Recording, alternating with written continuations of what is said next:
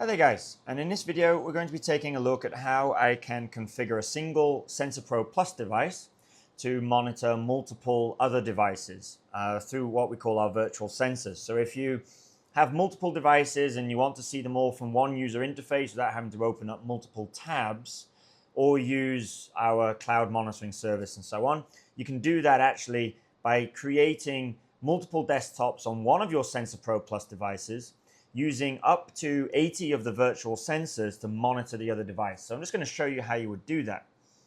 So on our SP2 Plus here, I've got my basic summary dashboard. I'm going to create a new dashboard here, or a new desktop, which we'll call SP1 Plus Demo, because I'm going to be monitoring my SP1 Plus from here. So now I've got a dashboard that I can add the sensors to.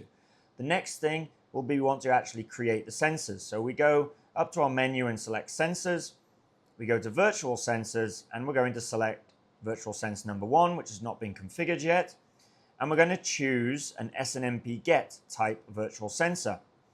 Now what I'm going to monitor, if we just switch over to my SP1 Plus, is we're going to be monitoring one of the built-in sensors we've got here, our dual temperature sensor and humidity. So we're going to get the temperature value first of all.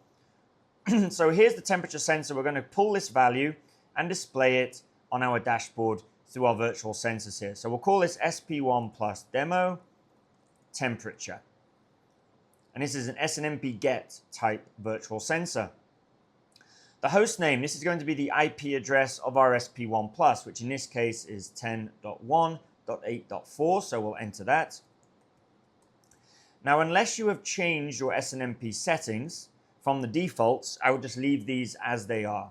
So the SNMP settings can be found on our SP1 Plus under Settings and SNMP. So I've got SNMP 1 and 3 both enabled here. We're using port 161, and we've got a password for our read and write community, which at the moment is the default, which is public.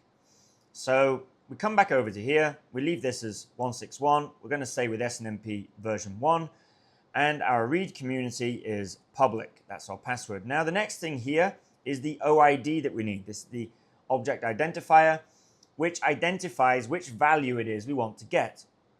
So again, we'll jump back over to our SP1 Plus and we go to that sensor.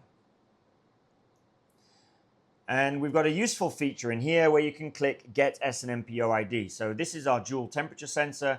We click Get SNMP OID, and we're going to get a list of the various OIDs that we have available for this sensor. The one we're looking for is temperature in degrees. So we're going to press this button here, which will copy that to our clipboard.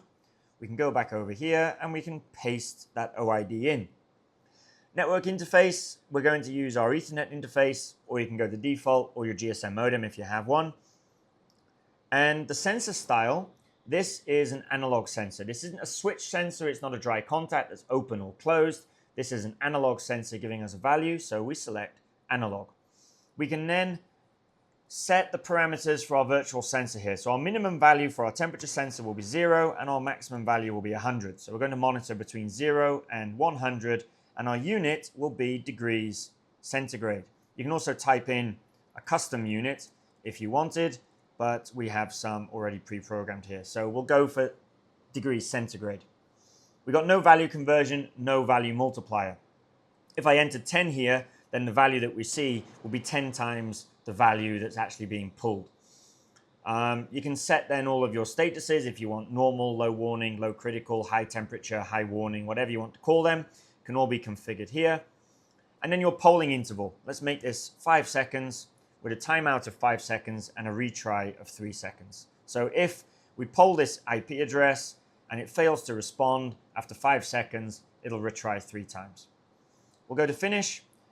And then once that is configured, if we wait a few seconds, you'll see it now shows up. So here we have 28 degrees. That's the latest reading that we have pulled from our SP1 Plus here. Now, you'll notice that we're not showing decimal places, we're only showing the first 2 digits here, no decimal places.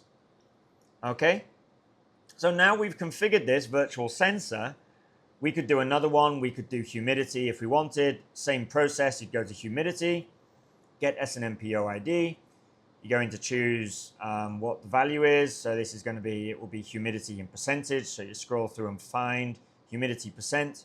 You're going to copy that OID, and it would be then exactly the same process. SNMP get virtual sensor, SP1 plus demo humidity, 10.1.8.4, public, our OID, Ethernet. This also is an analog sensor. Again, it's going to be 0 to 100.